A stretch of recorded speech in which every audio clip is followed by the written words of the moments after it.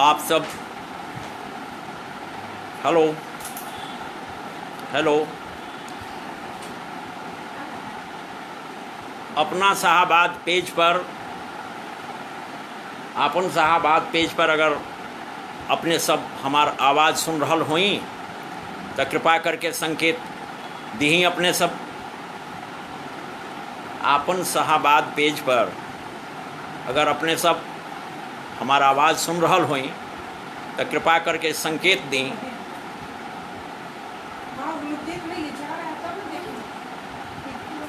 ताकि हम अपने सब अगर संकेत दी तो हम अपन वार्ता के आगे बढ़ाई। अपने सब अगर संकेत दी तो हम वार्ता के आगे बढ़ाई। आपन शाहबाद पेज पर हम अपने के स्वागत कर रहल बानी। आपन शाहबाद पेज पर हम निर्धारित समय के अनुसार थोड़ा सा विलम्ब हो गई है, तकनीकी कुछ बाधा के चलते। ऐसे हमरा अपने सबके सोझा आवे में थोड़ी के विलम्ब हो गई है, एक खातिर हम क्षमा प्रार्थी बानी। लेकिन अब ऐसा लाग रहा बा कि धीरे धीरे अपने सब उपस्थित हो रहा बानी श्रोता सब। तो हम जैसे कुछ और श्रोता यहाँ उपस्थित हो जाए तो हम अपन बात आगे बढ़ाई। अपने जैसन की जानत तनी कि आपन शाहबादी जोन पेज बा, राणा अवधूत जी बड़ा प्रतिभाशाली, बड़ा प्रतिभावान युवक बड़न। BHU में शोध छात्र के रूप में अभी फिलहाल यहाँ के बानी। भोजपुरी के सेवा में बहुत शुरुए से लागल बानी। कुंवर सिंह विश्वविद्यालय से मैं कहीं यहाँ के दिल्ली विश्वविद्यालय से यहाँ के अपन पत्रकारिता में डिग्री वहाँ हासिल कैनी। ओकरा बाद साहित्य में भी लिखे पढ़े के बहुत बढ़िया आ बहुत दमगर प्रयास राणा अवधूत जी के रहल बा। उहें के हमरा के प्रेरित कैनी आपन शाहबाद पेज पर आके वीर कुंवर सिंह जी पर अपन बात रखे के। हम आपन के राणा अवधूत जी, वहाँ के मित्र शैलेंद्र जी, डॉक्टर राका जी, आकृति जी, श्यामदन सुमन जी, सृष्टि जी, आलोक जी, ये सब मित्रन के ये सब जे व्यवस्थापक बालो, संचालक बालो आपन शाहबाद पेज के ये सब के प्रति अपन आभार व्यक्त करतनी। यहाँ सबके हमार शुभकामना बा कि और भोजपुरी के बढ़ंती में यहाँ सब लागल रही, भोजपुरी के सेवा करत रही ताकि भोजपुरी के पताका आकाशे खिले। देखी आज के दौर बा, बड़ा विकट दौर से हमनी गुजर रहल बानी। सगरी मनई खाती बड़ा चिंताजनक की दौर बा।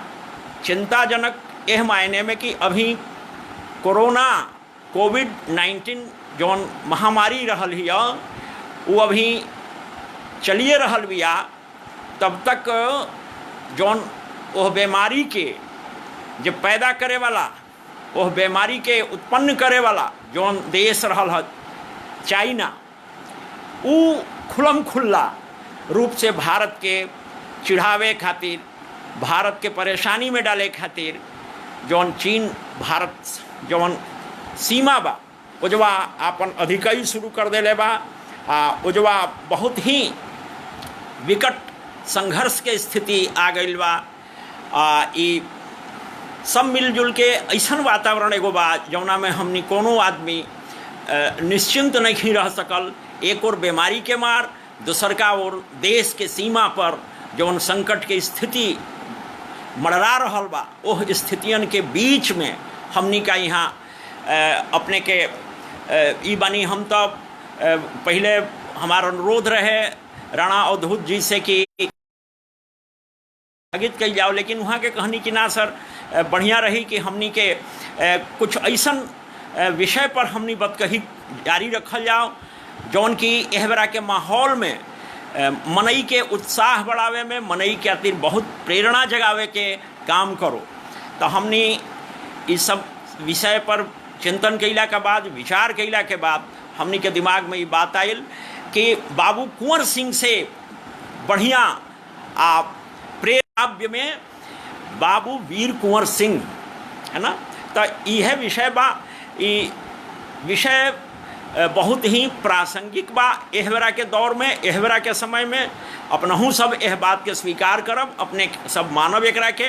देखी फिर एवरा के ऐसा समय बा जौना समय में बिहार रेजिमेंट है ना, चीन के युद्ध के समय भी पिछुलको बेर पंडित नेहरू के समय में जौन चीनी आक्रमण जौन भई रहे, ओकरा बेरा ओकरा से निपटे के क्रम में जौन हमनी के अपन वीरता के प्रदर्शित कैले रहनी सा, हमनी के जौन उमंगा उत्साह जौन देश में जागर रहे, ओह समय भी बीच के में भी दौर में, चाहे वो कारगिल विजय के दौर होखे, चाहे वो पाकिस्तान के साथ युद्ध होखे, या उरी में कश्मीर के घाटी में जौन कोई सेना के साथे मुठभेड़ के कोनो बात होके, बराबर हमनी के बिहार रेजिमेंट जौन रहल बा, बिहार रेजिमेंट के वीरता हम एक बार नमन करें अपना पूरा देश का ओर से, पूरा भोजपुरिया समाजकारी से, अपना बिहार रेजिमेंट के एकरा वीर सिपाहियन के अभी जे जौन पिछला दिन जौन चीन के सीमा पर जौन ई भइल ह, शहीद भइल ह लोग, हमनी के 20 गो सेनानी लोग, वो लोग के हम अपने के भोजपुरिया, तमाम भोजपुरिया समाज के ओर से हम नमन करब, वहाँ सबके शहादत के हम वंदन करब, नमन करब हम वहाँ सबके।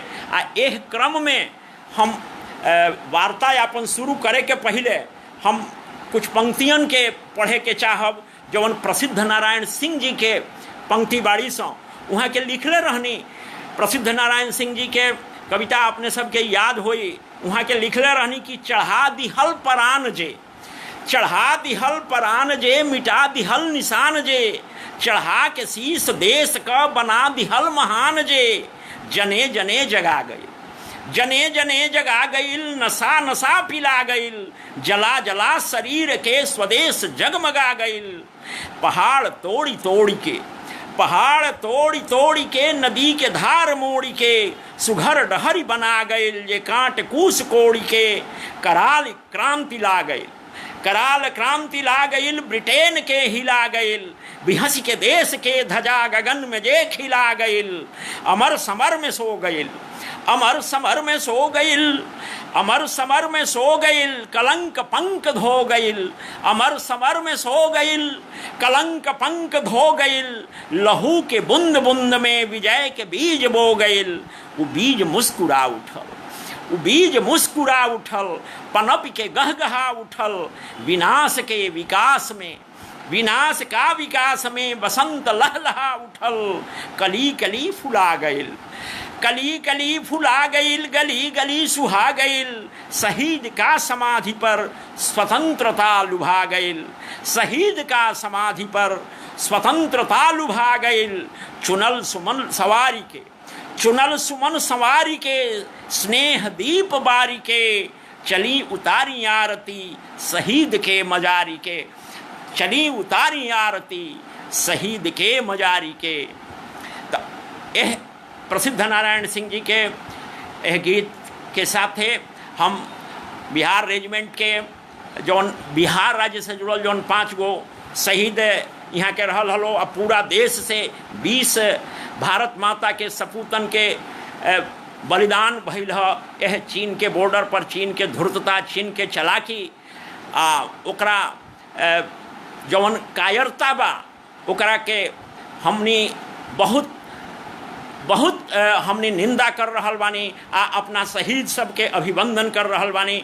अपने जानतानी कि यह बार जे बिहार से जुड़ल जौन 5 गो शहीद, उमें भोजपुर जिला के ज्ञानपुर जगदीशपुर के वासी चंदन कुमार जी रहे हाँ, पटना जिला के सुनील कुमार जी रहे हैं बिहटा के, फिर सहरसा जिला के ग्राम आरन निवासी कुंदन कुमार जी, और समस्तीपुर जिला के ग्राम सुल्तानपुर के निवासी अमन कुमार जी, और वैशाली जिला के जंदाहा के जय किशोर सिंह जी।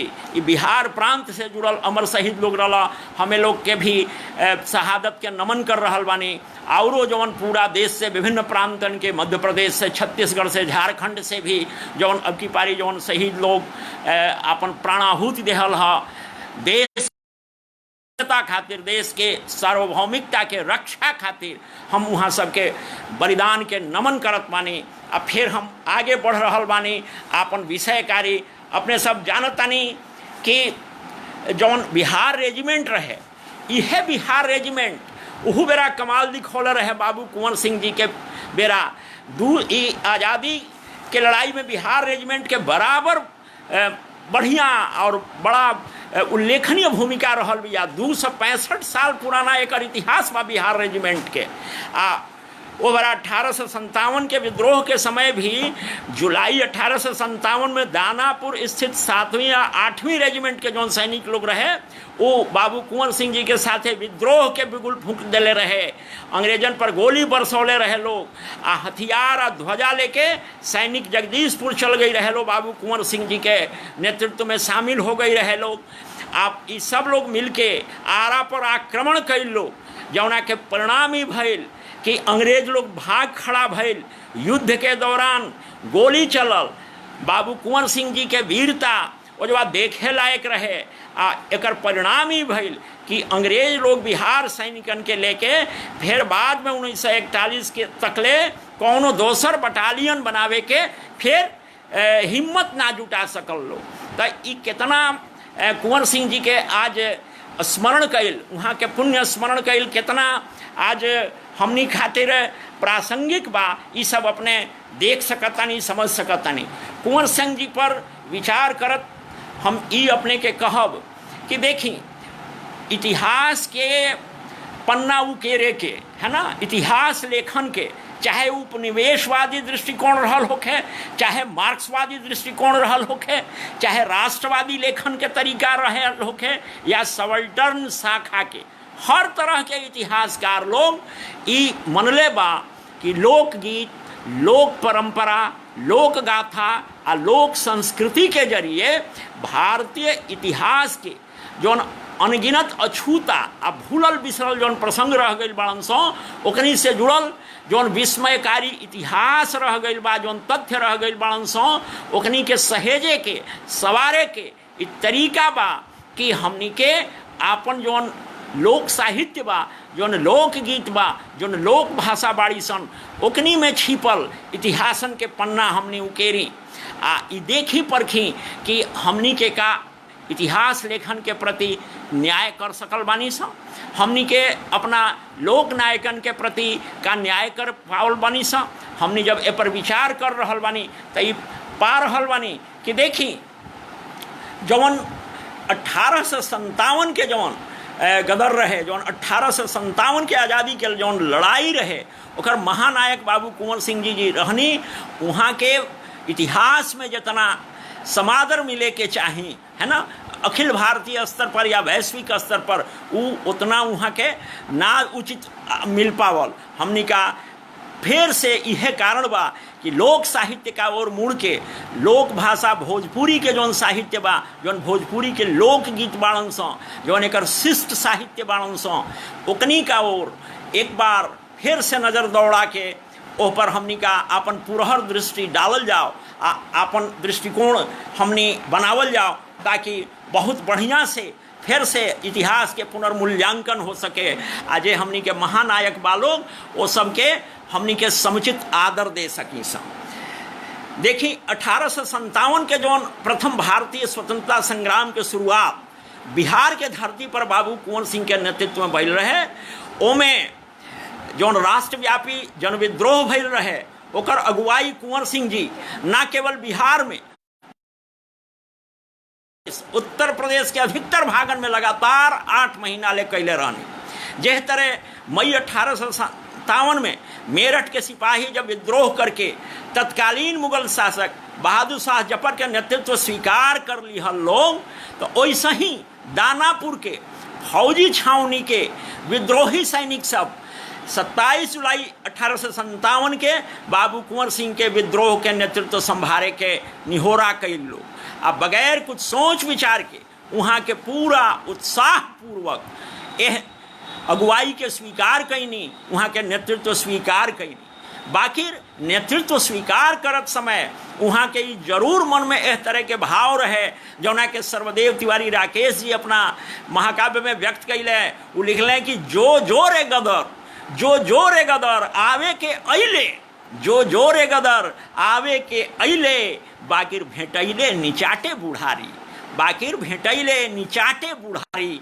तब ई गदर बुढ़ारी के समय जरूर आयल, बाकिर है ना ई जौन वीरता के जौन वहाँ के उद्दाम जौन भावना रहे उ सबसे प्रबल रहे आ उहे ओह बेरा कमाल देखौलस। देखिए वीर कुंवर सिंह जी महान योद्धा रहनी, कुशल प्रशासक रहनी आ सच्चा राष्ट्रभक्त रहनी। राष्ट्र खातिर मर मिटे के बराबर वहाँ में शुरुए से जवानिए से वहाँ में ही भाव भरल रहल है ना। बहादुर शाह जफर, बेगम हजरत महल, नाना साहेब, झांसी के रानी, तात्या टोपे आदि से सामरिक रणनीति, त्वरित निर्णय के क्षमता और रण कौशल में हर दृष्टियन से बाबू वीर कुंवर सिंह जी के कोनो जोड़ ना रहे। यह कारण बा कि दामोदर विनायक सावरकर जी एक जगह लिखले बाड़े कि 57 के क्रांति में 1857 के क्रांति में आपन युद्ध पद्धति और रण कौशल के लिहाजन, रण कौशल के लिहाजन बाबू कुंवर सिंह जी के बराबरी के केहू ना रहे। लोकनायक आ महान क्रांतिकारी बाबू कुंवर सिंह जी के वीरता के मखान भोजपुरी लोकगीतन में आ शिष्ट साहित्य में दोनों में भरपूर से जुड़ाव के कारण भोजपुरी लोकगीतन में बाबू कुंवर सिंह जी क्या राष्ट्रपिता महात्मा गांधियों ले ज्यादा महत्व मिलल बा। ई सब के हुए बात के स्वीकार करेला, मानेला। भोजपुरी लोकगीतन में उनकरा वीरता के बड़ा विस्तार से उल्लेख भइल बा।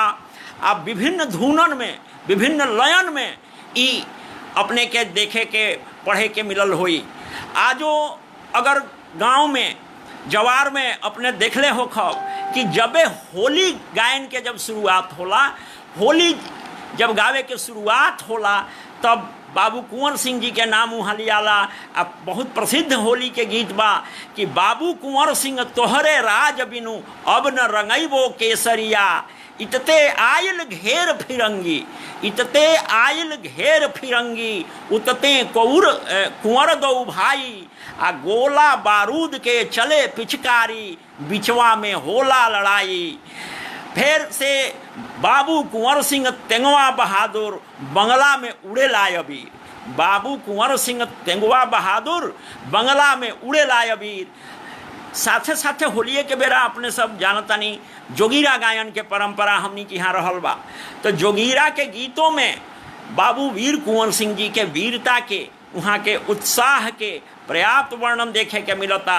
देखी अपने एगो जोगीरा के उदाहरण कि बक्सर में अब चले कुंवर सिंह पटना जाकर ठीक, आ पटना में मजिस्टर बोले करो कुंवर को ठीक, पटना अतना बात जो सुनले कुंवर सिंह बंगला देले फुकवाई, आ गली गली मजिस्टर रोवे लाट गए घबराई।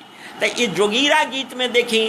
फिर से फगुआ के बाद अपने चैता के गीत में देखी, चैता कढ़ावल जला जब तो उहू बेरा कुंवर सिंह जी के वीरता के चर्चा केंगम मिलता। यह चैता में आहे बाबू कुंवर सिंह गदर मचावे ए रामा गावा गाई, गावे गावे नेवता पठावे ए रामा गावा गाई। तथा इहू में देखी कि कुंवर के लड़ैया लड़े जाइब हो रामा आरा नगरिया, कुंवर के लड़ैया लड़े जाइब हो रामा आरा नगरिया। फिर एगो दोसर चैता के स्वर में कि कुंवर के लड़ैया लड़े जाइब हो रामा आरा के नगरिया।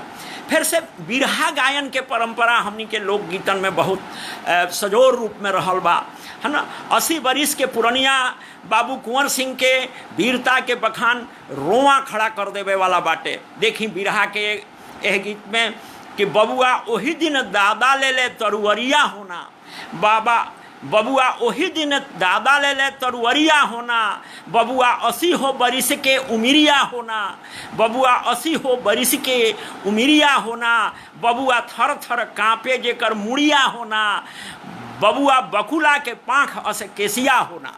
देखी लोक साहित्य में भी काव्य के जे मर्वज्ञ बा वो देखी कि कुंवर सिंह जी के पाकल केस के तुलना बकुला के पाँच से कइल जा रहल बा। कितना काव्यत्व के दृष्टि से भी ई जे बिरहा बा कितना एमे सुघरता बा कि बबुआ थर थर कांपे जेकर मुड़िया होना, बबुआ बकुला के पाँख अस केसिया होना। बकुला के पाँख से कुंवर सिंह जी के केस के फहरात केस के यहाँ तुलना कल गई बा। फिर से पचरा शैली जौन बा बहुत प्रसिद्ध है भोजपुरी क्षेत्र के गायन शैली है। एमे देखी बाबू कुंवर सिंह जी के कितना प्रेरणादायी वर्णन वहाँ के जवानी के बाटे कि धन भोजपुर धन भोजपुरिया पानी, धन भोजपुर धन भोजपुरिया पानी, 80 बरिस में जहाँ आवेला जवानी, 80 बरिस में जहाँ आवेला जवानी, आ जेकर 80 बरिस में लौटल बा जवनिया, कहानियाँ बाबू कुंवर के सुनी, है ना। देखी एह पचरा के फिर से हम एक बार अपने के सुनाएब कि धन भोजपुरिया पानी, 80 बरिस में जहाँ आवेला जवानी, आ जेकर 80 बरिस में लौटल बा जवनिया, कहानियाँ बाबू कुंवर के सुनी। देखिए कुंवर सिंह जी ऐसन नायक रहलन, ऐसन महानायक रहलन भोजपुरी क्षेत्र के जिनकर स्वीकृति समाज के हर वर्ग में रहे, है ना। समाज के हर धर्म के लोग, हर संप्रदाय के लोग, हर जाति के लोग अपना यह महानायक के बहुत ही आदर के साथ देखे, बहुत श्रद्धापूर्वक वहाँ के नेतृत्व में सब है बिटराइल रहे। समाज के जौन दबल कुचलल मजबूर आ जौन गरीब तबका रहे उहो वहाँ के साथे एह लड़ाई में खड़ा रहे। एकर उदाहरण ई बा, ओकर सबूत के तौर पर ही देखा जा सकता कि धोबी गीत जौन बा, है ना। धोबी गीत समाज के धोबी लोग बहुत कमज़ोर मनई मानल जाला, है ना, सामाजिक दृष्टिकोण से अगर देखी तो। लेकिन उहो लोग गीत में अपना बाबू कुंवर सिंह जी के लौह वस्त्र सिलवला के उल्लेख कैले रहे। आ उ लोग गावत रहे लोग कि बाबू कुंवर सिंह पश्चिम से जब पायत कैली, पवना में डेरा गिरौली ना, आ लोहा के जामा सियवली कुंवर सिंह तम्मन बंद लगौली ना, है ना। लोहा के जामा सियवली कुंवर सिंह तम्मन बंद लगौली ना। तो ई धोबी गीत में ई रहल ह। पावरिया लोग जौन समाज के होला उहो लोग समाज के जौन कमज़ोर तबका मानल जाला उस तबका से आवेला लोग। बाकी अपना महानायक के कितना आदर के दृष्टिकोण से उहो लोग अपना पावरिया गीत में वहाँ के वीरता के बखान करे लोग। देखिए एगो हम पावरिया गीत अपने सबके सुनाए, है ना। ओकरा कुछ पंक्तियन के देखिए में कितना कुंवर सिंह जी के वीरता के कितना विस्तार से उल्लेख मिल रहा बा पंवरिया गीत में कि हर भोजपुर में कुंवर बिरजले रीवा रहल सरनिया नू, हाट बजरिया कवन बिसारे के कहल सब गुणवानू, आ बेतिया और दरभंगा बाड़े, बेतिया और दरभंगा बाड़े और बड़े टेकारी नू, जयपुर जोधपुर दूर बसेले छोटे रजा मझौली नू, भोजपुरी में डुमराव बसेले उहो बाड़े फिरंगिए नू, आ सबे बिसेन मिले घुस लुकैले बाबू पड़ले अकेले नू, आ जल्दी से जल्दी कागज मंगाव जल्दी पुर्जा लिखाए नू, प्रयाग में उतरे सिपहिया, प्रयाग जी में उतरे सिपहिया सबके कुर्सी दिहलस न्यू, वहाँ से चिट्ठी जगदीशपुर अइले सुनल अमर सिंह भाई नू, अमर सिंह के पाती, है ना। पतिया देखी अमर सिंह रोले, है ना। पतियाँ देखी अमर सिंह रोले, छाती मुक्का मरल नीनू, होके सवार कुंवर अमर सिंह, बिज्जू घोड़ा कसौल नीनू, वहाँ से डेरा टेकारी में राखल, रानी अकेले बेचारी नू, बाबू साहेब गुनावन करीला, अब का करी अमर सिंह नू। तो देखिए पूरा जौन कथा वगैरह के रहे यह पवरिया गीत में अपने के देखे के मिली। फिर से मल्लाह लोग है ना, जे कि नौकायन करेला, नदी में नाव चलावेला, वो मल्लाह लोग भी कुंवर सिंह जी के गीत के, कुंवर सिंह जी के वीरता के अपना मानर शैली में कैसे अपन सुनावे लोग आ कैसे गावे लोग, वहाँ के कीर्ति गायन करे लोग, वहाँ के मानर शैली में कुंवर सिंह जी के देखी कीर्ति गायन एगो कि घोड़वा चढ़ल जब चललन कुंवर सिंह हो बाबू, घोड़वा चढ़ल जब चललन कुंवर सिंह हो बाबू, धरती पर मचल हो कुलेल, आ मोछ के उठान देख ताना मारे घोड़वा, खेलेला जवनिया गुलेल, है ना। मोछ के उठान देख ताना मारे घोड़वा, खेलेला जवनिया गुलेल, आ जब ही कुंवर सिंह तनले लगमिया, जब ही कुंवर सिंह तनले लगमिया, घोड़ा उड़ी चललन आकाश, घोड़ा उड़ी चललन आकाश, आ फर फर उड़ैत विजय के पतखवा, झनर झनर बाजे तेरुआर, फर फर उड़ैत विजय के पतखवा, आ झनर झनर बाजे तरुआर, आ ककरी अस फाटे अंग्रेज के करेजवा।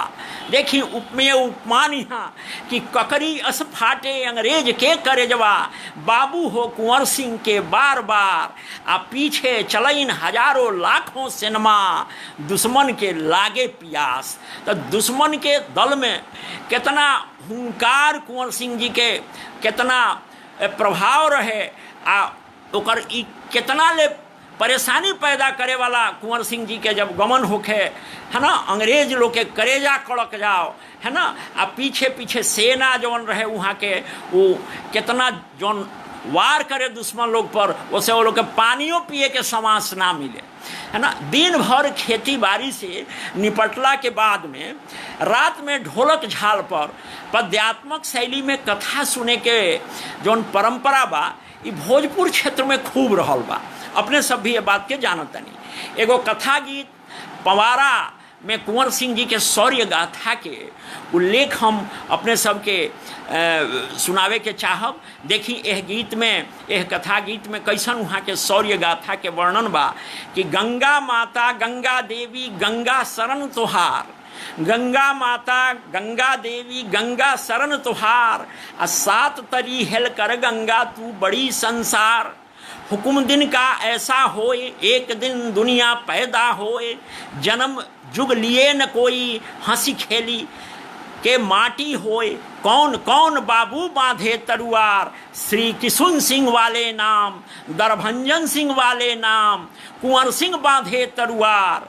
कुआं ये सब ओह बेरा के वहाँ के संगी साथी लोग के नाम ये पवारा गीत में बा कि दरभंजन सिंह बा के नाम, कुंवर सिंह बांधे तरुआर, अंग्रेज के दहिया देव उड़ाए, इतना बात लुटा सुना लाट ने हाय हाय किया, ई जुल्म हुआ कारे, भोजपुरु माने बाबू है जरी रोब माने जा, जरी को रोब माने ना, पश्चिम के माल पुरुष ना जाए, दक्षिण के माल उतर ना जाए, बीचे बाबू छीने खाए, जो सुने कुंवर के नाम थर थर कांपे आठों अंग, जो सुने अमर के नाम थर थर कांपे आठों अंग, तारे बिजुरी दे लगाए लाट साहब को मेरा सलाम।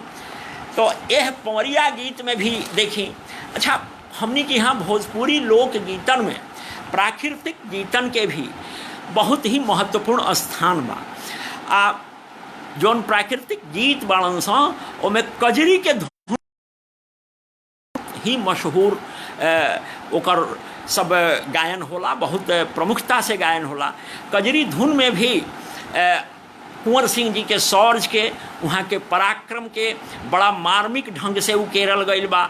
देखी एगो कजरी धुन में कायरपन के छोड़ के आ युद्ध में भाग लेवे खातिर एगो अपना प्रियतम के एगो वीरांगना केंग ललकारतिया, आ ओकरी ललकार कितना उत्साहवर्धक बा। देखी एह कजरी के पंक्तियन के कि जाहू जाहू पिया तू कुंवर के लड़ैया में, जाहू जाहू पिया तू कुंवर के लड़ैया में, छोड़ी देहू अब कदरैयो हे हरि।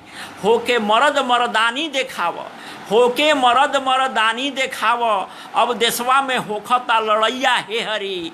नाही त समर छोड़ घर में बैठ जाहू, नाही त समर छोड़ घर में बैठ जाहू। औरत के पहिर लुगरिया हे हरि, है ना। देखिए औरत के साड़ी पहन लेवे खातिर, औरत के लुगरी पहन लेवे खातिर धिक्कार कर रहल बाड़ी, है ना, अपना पति के आ ललकार रहल बाड़ी कि तू जब लड़ाई छिड़ल बा तो घर में का कर रहल बड़ा, तू जा लड़ाई के मैदान में जा, पहिर के साड़ी चूड़ी मुहवा छिपाई लेहू, नाही तो रन में लड़ैया हे हरि।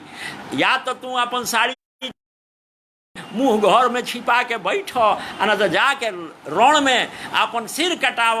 हमनी एह वीरांगना के नमन कर रहल बानी, एह बेरा के ओह वीरांगना के भाव हमनी के भोजपुरी क्षेत्र के ई नारियन के ई आजो एह तरह के भावना बा, आजो एह तरह के बा कि अपन पति के, है ना, बहन लोग अपना भाई के राखी बांध के सीमा पर लड़े खातिर, रण क्षेत्र पर देश के एकता अखंडता पर मर मिटे खातिर तनिको ना संकोच करे लालो। देखी जौन नवजुवक लोग रहे ओह बेरा, वो लोग खेल कूद के मैदानों में, है ना, लड़ाई के बात करे लो, है ना। अपना काव्य नायक जो बड़ा महानायक रहनी बाबू कुंवर सिंह जी, वहाँ के व्यक्तित्व से प्रेरणा ग्रहण करे लो। कुंवर सिंह जी खेल गीतन जौन बड़न सा हमनी के यहाँ भोजपुरी लोकगीत में खेल गीत, चाहे वो कबड्डी से जुड़ल होके, चाहे चिक्का से जुड़ल होके, वो गीतनों में कुंवर सिंह जी के नाम आवेला, वहाँ के वीरता के बखान मिली। देखी खिलाड़ी लोग अपना उत्साह बढ़ावे खातिर कबड्डी खेलत उचारे लो कि चल कबड्डी आरा 57 गोली मारा, चल कबड्डी आरा 57 गोली मारा, मारा मारा मारा। चिक्का जब खेले लोग तो उहू बेरा से फराठी बाबू कुंवर सिंह के लाठी, बांसे फराठी बाबू कुंवर सिंह के लाठी, झनाझन तरुआर झनाझन तरुआर, झनाझन तरुआर झनाझन तरुआर, है ना। फिर रखी इस तरह के खेल गीतन में भी हमने देखा तानी कि बाबू कुंवर सिंह जी के वर्णन मिल रहा बा। तो इस तरह से हम देख रहा बानी कि लोकगीत जौन बा, यह लोकगीतन में जौन ओहरा के आम जनता रहे, वो अपना काव्य नायक के, अपना वीरता के वो पुरकस रूप में याद करत रहे, स्मरण करत रहे, और ओकरा साथे एकदम मर मिटे खाती, है ना, वो तैयार रहे। आम वो बरा के जौन नायक लोग रहे, जौन राजा लोग रहे, वो लोग के जनता से कैसन जुड़ाव रहे, है ना, जनता के प्रति कितना जवाबदेह रहे लोग, देश खाती कितना जवाबदेही रहे वो लोग में, है ना। वो बरा के देखे लायक बा, ये अनुकरणीय बा, है ना।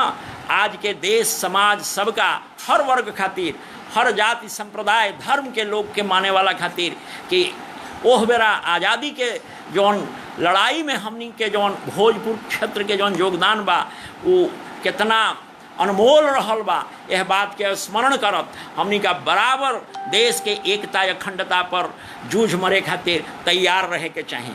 अब देखिए हम कुछ ऐसा कविता जौन शिष्ट साहित्य लोकगीत जौन होला, अपने जानता नहीं कि वो लोक के बाणी होला, ओकर केहू कवि ना रहेला, ओकर केहू लिखवैया ना रहेला, ऐसा ही केहू गावल उ जौन बाणी बिया उ एक कंठ से दूसरा कंठ में उतरत उछरत वो आगे बढ़ेले लोकगीत। आजो ये गीत आजो जिंदाबा, अगर तो लोकवाणी में वाचिक परंपरा में ये सब जिंदाबा, है ना। तो ये बहुत सत्यवाणी होला, जनता के हृदय के वाणी होला ये लोकवाणी जौन बा, है ना।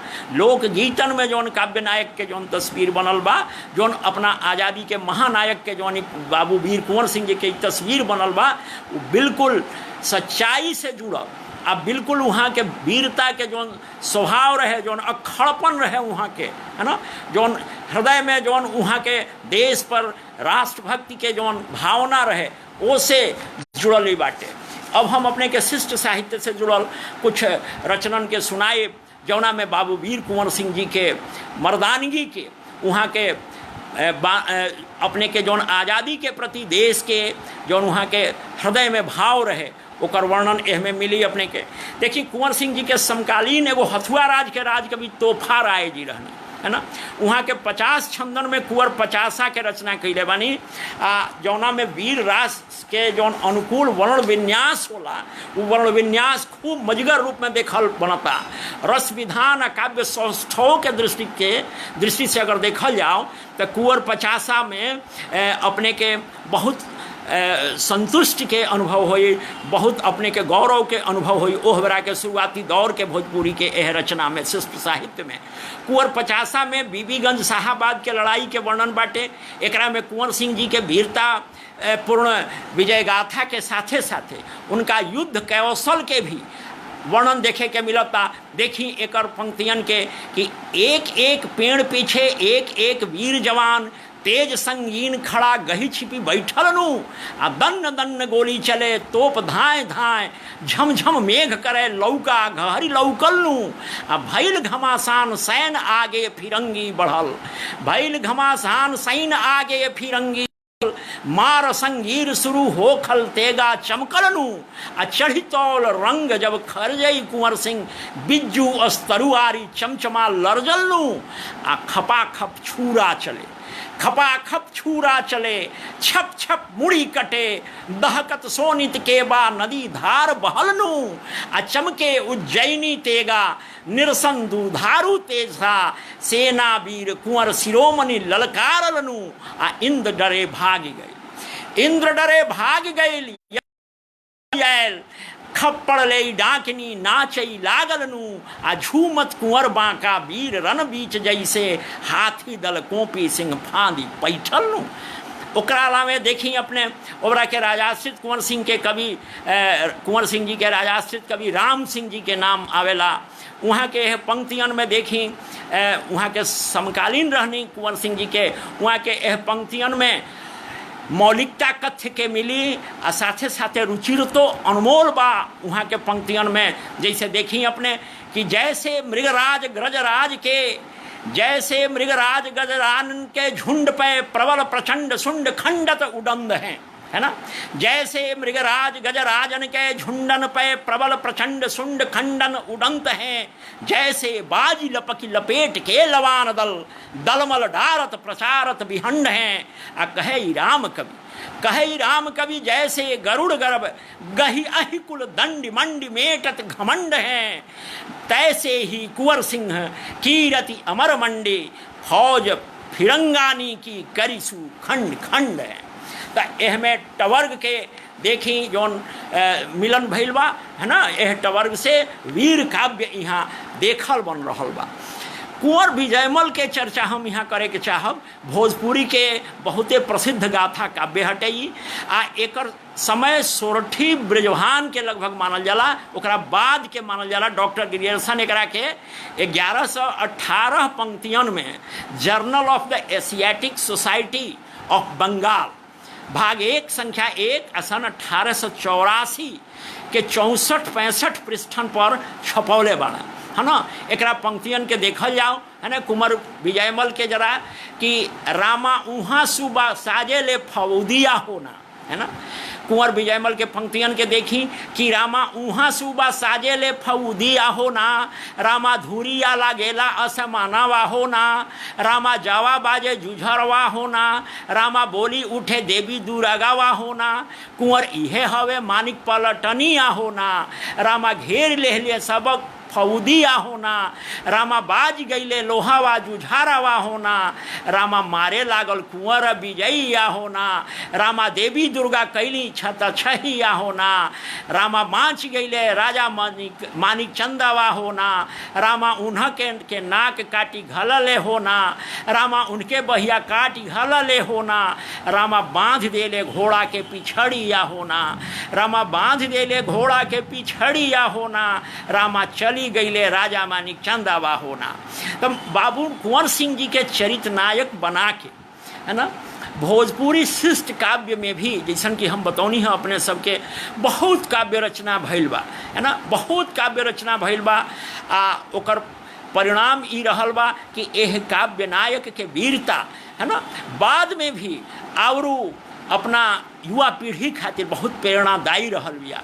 देखी यहाँ पर कौन कवि हुई हैं जे आपन कविता निवेदित ना कैले हुई हैं, लेकिन हम कुछ महाकाव्यन के चर्चा करब, खंड काव्यन के चर्चा करे के चाहब जवन कुंवर सिंह जी से जुड़ल बा। देखिए कुंवर सिंह जी पर कमला प्रसाद मिश्र जी के खंड काव्य रहे, 1957 में ही आई रहे। वीर बाबू कुंवर सिंह नाम से ये कमला प्रसाद मिश्र जी के खंड काव्य छपल रहे 1957 में, है ना। ठीक 100 वर्ष बाद 1857 के बाद 100 वर्ष बाद 1957 में, है ना, ये 1857 के गदर के स्वर्ण जयंती वर्ष चलत हुई तौना बेरा ई छपल रहे किताब। हरेंद्र देव नारायण के भी वही साल आई रहे किताब महाकाव्य कुंवर सिंह, 1957 में छपल है। चंद्रशेखर मिश्र जी के महाकाव्य कुंवर सिंह बहुत, है ना, एक और पंक्तियन के हम बाद में सुनाए, लेकिन 1965 में ये महाकाव्य छपर है चंद्रशेखर मिश्र जी के। सर्वदेव तिवारी राकेश जी के अब महाकवि सर्वदेव तिवारी राकेश जी के जो महाकाव्य रहे काल जयी कुंवर सिंह, ये 1981 में आई रहे, है ना। 1981 में सर्वदेव तिवारी राकेश जी के महाकाव्य कालजयी कुंवर सिंह आई रहे। फिर ओकरा बाद हीरा प्रसाद ठाकुर के काव्य ग्रंथ आई रहे कुंवर। पंक्तियन के हम अपने सबके सामने निवेदित करे के चाहब। देखी ओह पंक्ति कैसन बाड़ी सा कि हड्डी हड्डी ठोस पेशानी, हड्डी ठोस पेशानी दमकत पुष्ट वृषभ कंधावा, है ना। हड्डी ठोस पेशानी दमकत पुष्ट वृषभ कंधाबा, 80 के बा उमर भइल का कहे बूढ़ अंधाबा, सिंह चलन रवि जलत नयन जुग सुगठित चंड भुजाबा, ऐसन डोले ला जैसे डोले ला विजय पताका। कुंवर सिंह जी के वर्णन करत हरेंद्र देव नारायण जी के पंक्ति रहल हिया।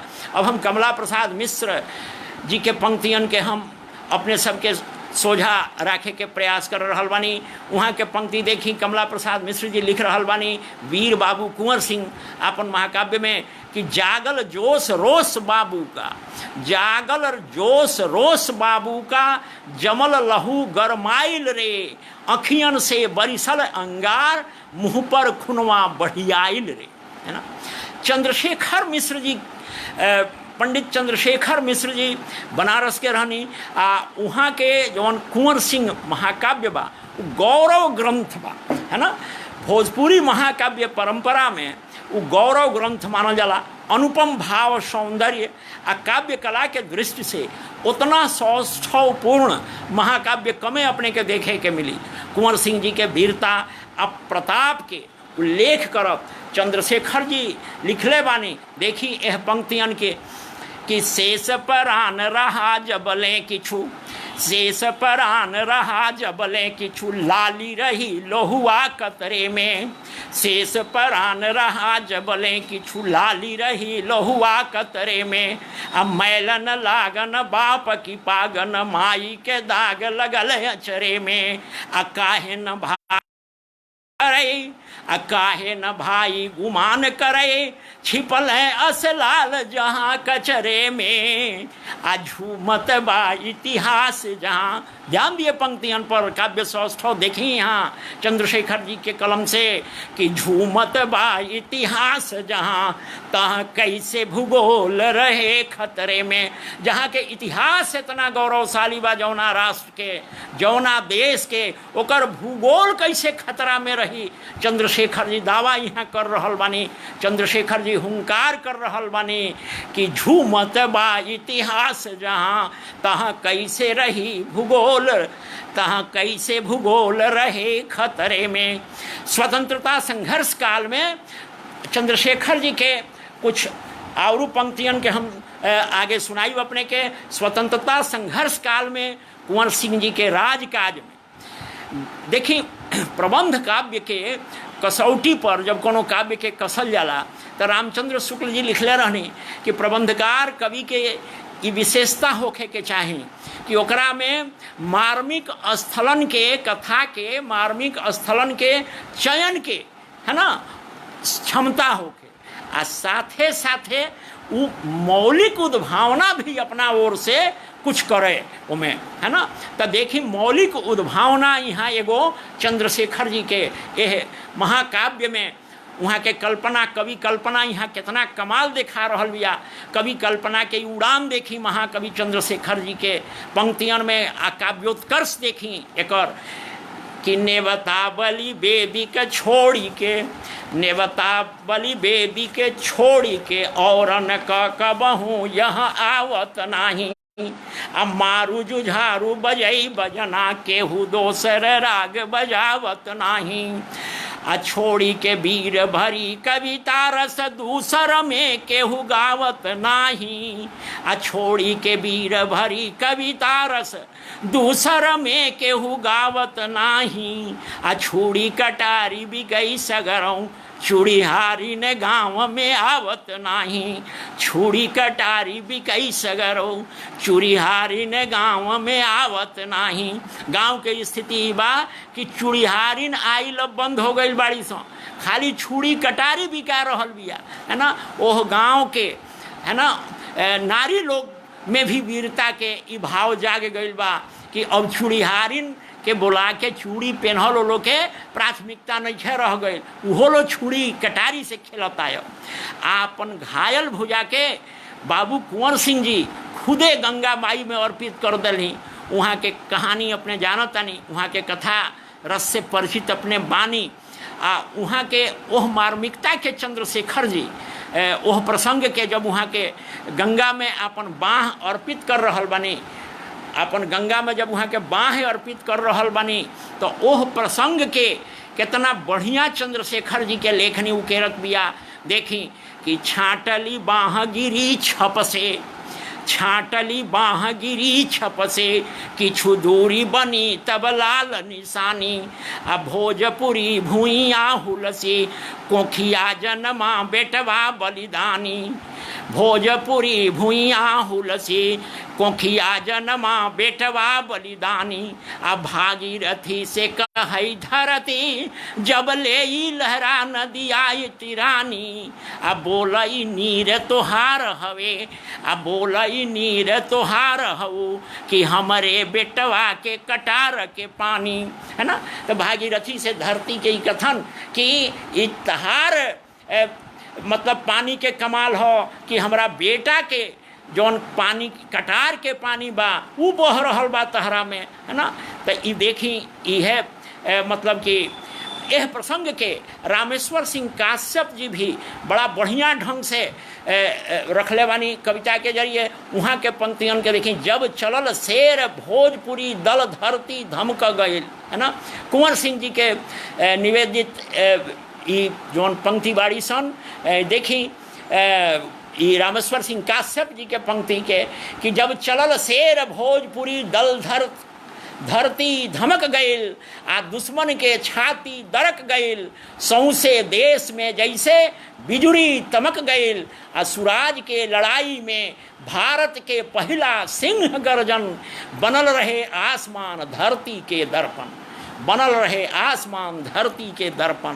तो ई देखी कुंवर सिंह जी के आ भोजपुर के जौन धरती रहे, है ना, शाहाबाद के जौन पुरनका शाहाबाद, आरा, बक्सर, सासाराम, भभुआ एबरा के कैमूर जिला, इस सब मिल के जौन शाहाबाद जिला रहे, ई एकर शाहाबाद के शेर कहल जाले बाबू कुंवर सिंह, है ना। तो शाहाबाद के एह शेर के वीरता के बखान के तरह से बा। अब हम देखी अपने सबके सुनाए सर्वदेव तिवारी राकेश जी के पंक्तियन के कालजयी कुंवर सिंह में वहाँ के लिख रहल बानी कि भेदिन भेदले माई के खोजले, भेदिन भेदले माई के खोजले, सोझले गोरन संग लड़ाई, आ ठीक बुझाई कि कुंवर आई लाल कपीस के भेख बनाई, है ना। लाल कपीस के कुंवर सिंह जी के तुलना हनुमान जी से वहाँ के कैनी, है ना। यह पंक्तियन में कि भेदिन भेदले माई के खोजले, सोझले गोरन संग लड़ाई, आ ठीक बुझाई कि कुंवर आइल लाल कपीस के भेख बनाए।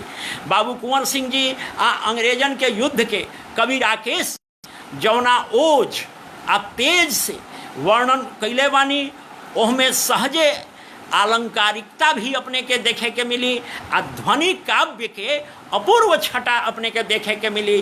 देखी यह पंक्तियन के वहाँ के कि खंड गिरे मुंड गिरे झुंड झुंड तुंड गिरे, खंड गिरे मुंड गिरे झुंड झुंड तुंड गिरे, कुंड भरे रक्त के प्रचंड चंड जारी बा, कुंड भरे रक्त के प्रचंड चंड जारी बा, अखंड खंड भंड महामंड हंड दंड परे, भड्ड भड्ड फटफटात तो बन के लारी बा, भड्ड भड्ड फटफटात तो बन के लारी बा।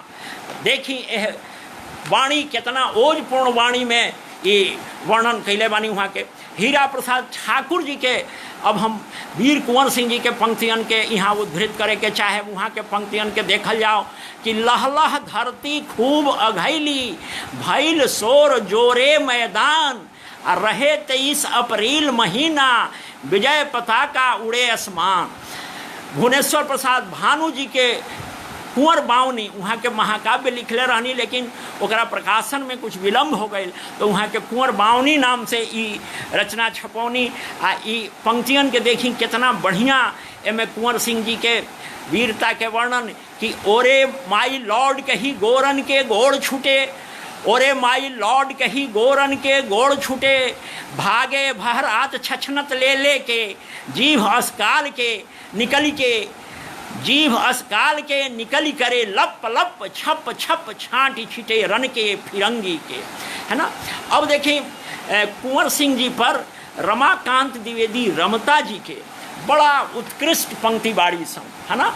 रमाकांत जी रमता के बड़ा उत्कृष्ट पंक्ति बाड़ी सन। वहाँ के पंक्तियन के हम अपने के सुनावे के चाहब जरूर। बहुत उत्कृष्ट काव्य रचना वहाँ के क के कुंवर सिंह जी के अपन श्रद्धा निवेदित कैले बानी। वहाँ के पंक्तियन के देखी रमता जी के, है ना, रमाकांत द्विवेदी रमता जी के पंक्तियन के देखी कि झाझर भारत के नैया खेवनहार कुंवर सिंह, झाझर भारत के नैया के खेवनहार कुंवर सिंह, आज़ादी के सपना के सृजनहार कुंवर सिंह, इतिहास के होला सांपे लेखा टेढ़ टाढ़ चाल, इतिहास सीधा ना चलेला, है ना।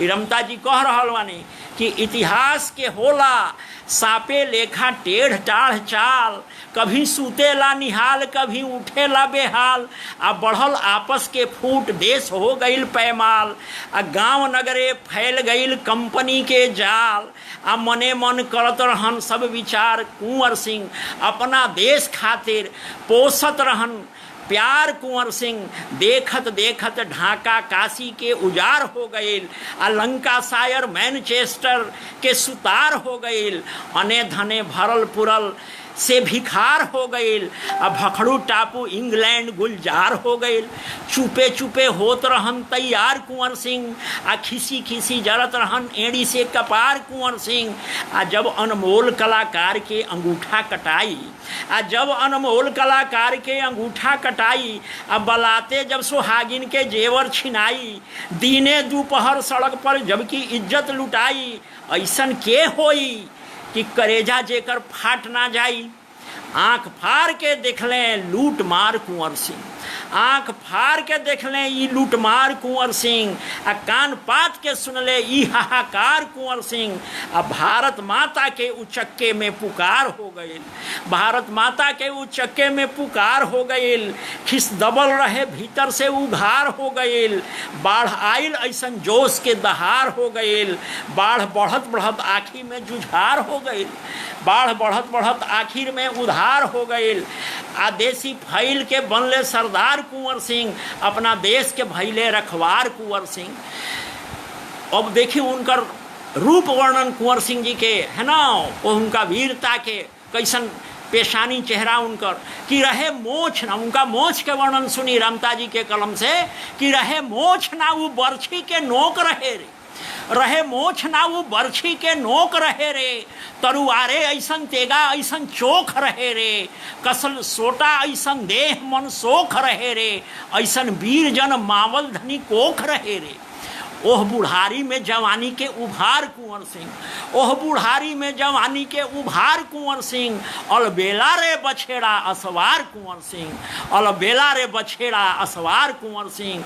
गइल जिंदगी अनेर जब निशानी ना रहल, समसार के जवान के कहानी ना रहल, जियल मुअल दुनू एक जब बदानी ना रहल, छिया छिया रे जवानी जबकि पानी ना रहल, छिया छिया रे जवानी जबकि पानी ना रहल। हुंकार के सुनौले ललकार कुंवर सिंह, हुंकार के सुनौले ललकार कुंवर सिंह, रहे बन मचौले धुआंधार कुंवर सिंह। होश बड़े बड़े वीर के ठिकाने ना रहल, होश बड़े बड़े वीर के ठिकाने ना रहल, तोप गोला के बंदूक के कौनो माने ना रहल, केकरो हाथ गोड़ नाक केकरो कान ना रहल, लागल एको झापड़ ओकरा ताने ना रहल। छपा छप फेरस चारू और दूधार कुंवर सिंह, छपा छप फेरस चारू और दूधार कुंवर सिंह, नीचे खून के बहौले पवनार कुंवर सिंह। होला ईंट के उत्थर पत्थर से देवे के जवाना, कस के दुश्मन में बदला लेवे के जमाना, है ना, कस के दुश्मन के बदला लेवे के जमाना, कस के कहीं छिप के कहीं प्रगट लेके जबाना, कभी हटे के या कभी बढ़े के जबाना। रहन ऐसन फन में खूबे होशियार कुंवर सिंह, रहले ऐसन फन में खूबे होशियार कुंवर सिंह, आ राते रात करस 80 कोस ले पार कुंवर सिंह। कुंवर सिंह जी के बारे में कहा जाला कि वो अपन यात्रा ज़्यादातर राते में करस। यह तथ्य का और इशारा करत रमता जी कहतनी कि रहन ऐसन फन में खूबे होशियार कुंवर सिंह, राते रात करस 80 कोस ले पार कुंवर सिंह। अधिकार पाके मूर्ख मतवाला हो जाला, रउआ कतनो मनाई सूरत वाला हो जाला, देश जागेला तो दुनिया में हाला हो जाला। कंपनी का पार्लियामेंट ले देवाला हो जाला, यह विचार के सिखौले व्यवहार कुंवर सिंह। इके सिखावल हमनी के, अतः यह विचार के सिखौले व्यवहार कुंवर सिंह। जगदीशपुर के माटी के सिंगार कुंवर सिंह, खाओ गेहूं चाहे रहे एहू दोनों सोझे पेट, दाना मुट्ठी खोल के होए चाहे खाली रहे टेंट। बाह देश के उघारे चाहे गंगा जी के भेंट, बाह देश के उधारे चाहे गंगा जी के भेंट, मान कायम रहे जीवन लीला ले समेट। 80 बरिस के भोजपुरी चमत्कार कुंवर सिंह, 80 बरिस के भोजपुरिया चमत्कार कुंवर सिंह। लक्ष्मीबाई तथिया नाना के यार कुंवर सिंह। ये कविता 1955 में 23 तारीख के लिखाई रहे अप्रैल में 1955 के रमता जी के कविता। देखी कितना वीरता के जगावे वाली कविता बिया, आ कितना ये कविता बिया, है ना। तो यह कविता के सुनौला के बाद अब हम भोजपुरी में प्रबंध काव्य हाल में ही मतलब कि अब छपे जा रहल बिया। ये किताब ललित नारायण मिथिला विश्वविद्यालय के हिंदी विभागाध्यक्ष, पूर्व हिंदी विभागाध्यक्ष और मानविकी संकाय अध्यक्ष रही हैं डॉक्टर प्रभाकर पाठक। वहाँ के 1982 में एगो महाकाव्य के रचना कैले रहनी कुंवर सिंह जी पर, है ना, कुंवर सिंह जी पर वहाँ के रचना कैले रहनी।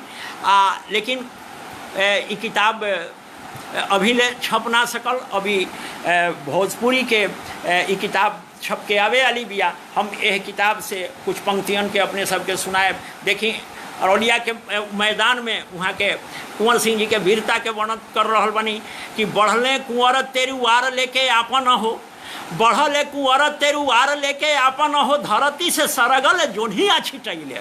काव्य के उत्कर्ष देखी हुजा, है ना, कैसन वीरता के वैभव बा ये काव्य में, उत्साह के अपूर्व राग बा यह किताब में, यह काव्य ग्रंथ में, है ना। कुंवर सिंह जी के युद्ध वर्णन देखी कि बढ़ले कुंवर तेरुआर लेके आपन हो, धरती से सरगल जोनिया छिटैले, धरती से सरगल जोनिया छिटैले, आ चमकल बिजुरी की लवका लौकले हो, हाय दुश्मन लोके आँखिया मुदैले, हाय दुश्मन लोके आँखिया मुदैले।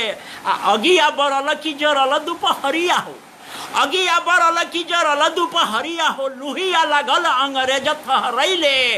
आ जोनिया बिजुरिया अगिनिया के साथ देखी, देखी तेरुआर दुश्मन घबरैले, देखी तेरुआर दुश्मन घबरैले।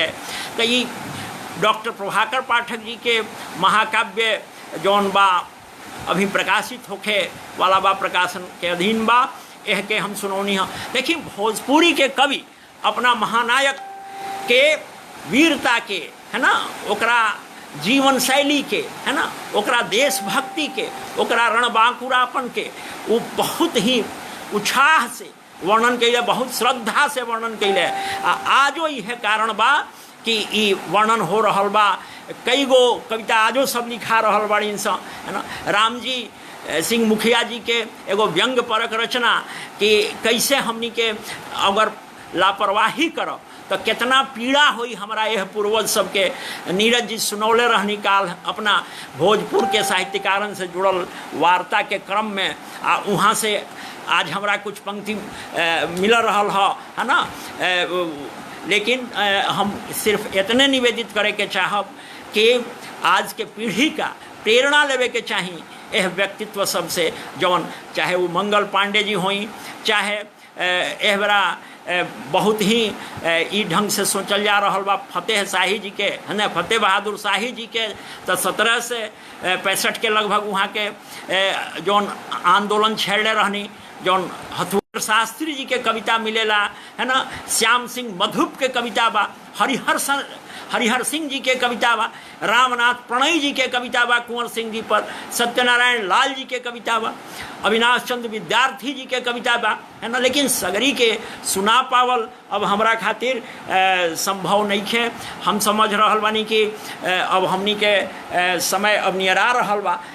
कुल मिला जुला के ये कहल जा सकता कि ये बात कहल जा सकता कि कुंवर सिंह जी भोजपुरी क्षेत्र के एगो ऐसन काव्य नायक मानी जहाँ के उदात्त चरित्र जौन बा कवि मन खातिर, कवि लोग खातिर बराबरे आकर्षण के केंद्र रहे। आजो बनल बा भोजपुरी जनजीवन में, है ना, भोजपुरी समाज में, है ना, यह देश में, संपूर्ण देश में कुंवर सिंह जी के वीरता, है ना, वहाँ के व्यक्तित्व आकृतित्व ओह बेरा जितना प्रासंगिक रहे वो इहू बेरा उतने प्रेरणादायी बा, है ना। भोजपुरी के लोक काव्य होखे कुंवर सिंह जी पर जितना लिखाइल बा काव्य ग्रंथ आ लोकगीत या कविता या गीत नाट्य, है ना, या एह बेरा शिष्ट काव्य में जितना महाकाव्य खंड काव्य या विभिन्न गीतन में जितना वहाँ पर रचना देखे के मिल रहा बा, है ना, ये सब इतना साइदे कोनो महानायक पर कोनो लोक भाषा में या हिंदी भाषा में भी हम कहब कि इतना मतलब कि रचना, है ना, व्यक्तिगत रचना भी विभिन्न जौन लोक धुन पर आधारित रचना बाड़ी सा उहो इतना पुरहर रूप में कोनो महाकाव्य नायक पर बिल्कुल ना लिखाइल होई। ऐसा हमार आपन समझदारी बा, हो सकता अपने सब भी ऐसे सहमत जरूर होकर। भारतीय इतिहास ग्रंथन में, है ना, यह वीर बांकुड़ा के जितना महत्व मिले के चाहिए, है ना, पहले ही हम कहनी है कि उतना नहीं खे मिलल इतिहास लोग के द्वारा, तो फिर से यह लोक काव्य के खंगाल के, है ना, वहाँ सबके वाजिब जौन हक बा वो हमनी के दियावे के प्रयास करे के चाहिए। अब भोजपुरी क्षेत्र के यह विरासत के ऐतिहासिक परंपरा के जौन हमनी के सकारात्मक प्रतिरोधी जौन संस्कृति रहल बिया, है ना, एकर जौन टकराहट रहल बा बराबर व्यवस्था के खिलाफ ओकर मूल्यांकन होके के चाहिए, पुनर्मूल्यांकन होके के चाहिए। निश्चित रूप से स्वतंत्रता संग्राम में भोजपुरी क्षेत्र के एकरा व्यापक स्वातंत्र चेतना के जौना में अगर अपने देखी तो जाति धर्म आ लिंग के आधार पर कोनो भी विभेद ना बरतल गई रहे, एगो समरस आ समतामूलक आ प्रगतिशील विचारन के भरपूर समावेश देखे के मिलत रहे। वहू बेरा इहू बेरा मिल रहा बा। अपने के ई हम अपने सबसे हम ही अनुरोध करब, अपने से ही बतावे के हम कोशिश करब कि अपने सब हमरा वार्ता के जरिए महसूस कैले होकब कि एगो समतामूलक आ प्रगतिशील विचारन के जौन भारतीय इतिहास में जौन भोजपुरिया जौन बानगी पेश कैले बाड़न, ओकर काव्य नायक लोग जौन बानगी पेश कैले बा वो अद्भुत बा, अनूठा बा, है ना। ई एकदम यह ढंग के बा कि हमनी का ये पर गर्व करे के चाहिए, आ प्रेरणा लेवे के चाहिए से, है ना। एमे कहीं से कोनो ई बात नहीं है। देखी एगो रहले हमरा पंक्ति एगो याद आ रहल बिया अचानके लॉन्गफेलो है ना, अंग्रेज कवि रहल। उनकर पंक्ति रहे कि लिप्स ऑफ ग्रेट मैन है ना, lives of great man all remind us we can make our life sublime and departing leave behind us footprints on the sands of time है ना। लगभग ही से मिलत जुलत पंक्ति शंभुनाथ सिंह जी रखले रहनी कि समय के शिला पर मधुर चित्र किसने, किसी ने बनाए किसी ने मिटाए। तो समय के शिला पर जे ही वीर पुरुष है ना आपन जे ही आपन चिन्ह आपन अंकित कर पावेला, आपन पद चिन्ह अंकित कर पावेला, इतिहास में उहे समादर पावेला, इतिहास ओकरे के याद करेला। आगामी पीढ़ी भी ओकरे पर आपन शीश झुकावे ले, ओकरे के आपन माथा नवावे ले। वीर कुंवर सिंह जी के जयंती तना, लेकिन वहाँ के विजयोत्सव हमने मनाई ले अप्रैल महीना में 23 तारीख के वो बराबरे आरा में राजकीय समारोह के रूप में मनावल जाला।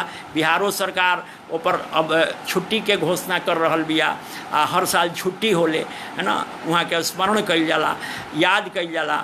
यह अपना महानायक के भोजपुरिया क्षेत्र के हम पुनः एक बार पुण्य स्मरण करते हुए, वहाँ के बहुत श्रद्धापूर्वक स्मरण करते हुए हम अपन नमन निवेदित कर रहल बानी।